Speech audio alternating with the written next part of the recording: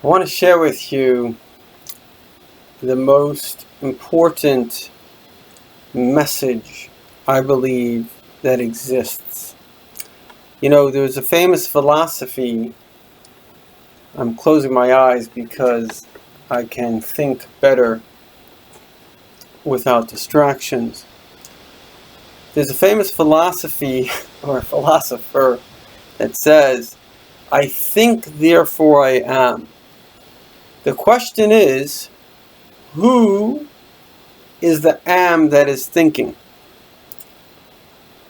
Einstein's famous equation, they say only 12 people understood, the theory of relativity. So it must be 13. Because the theory of relativity really is exactly what it says it is. When they asked him to explain the theory of relativity to a layperson, he said that if you're sitting for 1 minute on a hot stove, it feels like an hour. And if you're sitting for 1 hour on a hot stove, if you're having a good conversation, 1 hour feels like 1 minute. In other words, what Einstein was sharing is that this is so deep, it's just so extraordinarily deep. And this was really at the very heart of the theory of relativity. And that is that time and space don't exist. So the question is, if time and space don't exist, what does exist? And the answer is, what exists is there is an experience. So then the question is, so who is having the experience? So you say, well, I'm having the experience. But then the question is, well, who are you? So there's actually a famous kind of meditation, which is ask yourself, who am I? So if I were to do that meditation with you right now, I would say, who am I? I'm my body. But who am I deeper? Well, I say, I'm my soul. But who am I deeper? I'm God. And so you can say that, but you actually have to understand that, because when you say, I think, therefore I am, and then you ask the question, well, who is the am that is thinking? That means there's a soul, there's a perceiver, and scientifically we've tried to discover the thinker, the observer, and you can't place it. It's not in the brain, it's a spirit. You know, when you're sleeping, you're experiencing. Who's experiencing? Your soul. You have countless near-death experiences. I've met people myself, they go up, they come down. So your experiences are not in your body. Your experiences are in your soul. And so, just like your ears don't hear, your ears translate, just like your speakers don't really speak. They put out sound waves, right? They come and they're interpreted literally, I think electronically in the eardrums. They create electrical signals, which then are interpreted, just like you look at your computer.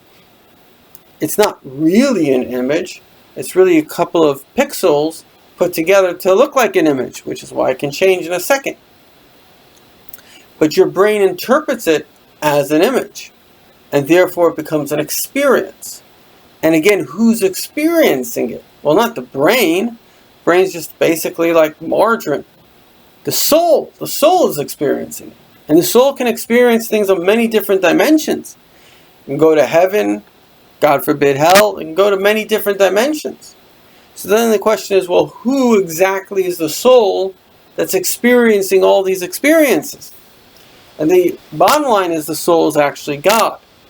But, and this is a very, very important but, God placed himself in us. And why is that important? Because as I studied in Jewish mysticism, at the end of the day, our primary identity, everyone today is into this whole thing, I am who I identify as. No, you're not. The truth is, there is some truth to that. Because the fact is, you think you're a body.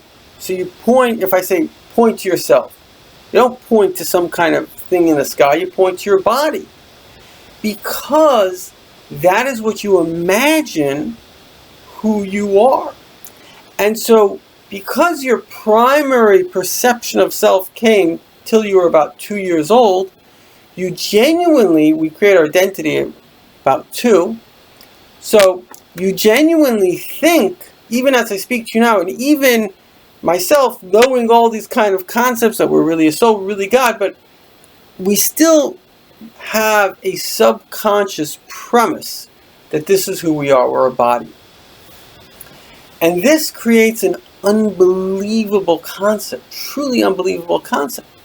So you have the one God in many bodies, right? But that's a fact, right? Just like you have one power plant in Kansas City, and that's lighting up all these homes, all these computers, all these alarm clocks. It's just one power plant, but it goes to all of these items. There's only one God, but He's in each one of us. And we all have, I don't want to use the word false, but we all have a created identity, a unique created identity. And so therefore, the ultimate question in life, there was a Rebbe, he once said, 2 people come to a pond, a scientist and a Rebbe. This scientist says, Rabbi, based on the fact that the pond has these ripples, it means a guy came here 3 hours ago and threw in a pebble that weighed 2 ounces. Very impressive. And the Rebbe says, I wonder why a guy came here 2 hours ago and threw in a pebble. The much greater question in life is not, can I measure? That's what science really does. It's just measurements. The question is, why does it exist in the first place? Because somebody made those measurements. Somebody made it. It's like art. You don't go to art, you say, oh wow, I can measure from here to here. Then you say, what is the artist trying to express? What's he trying to do? It's an emotional reality. It's not a physical reality.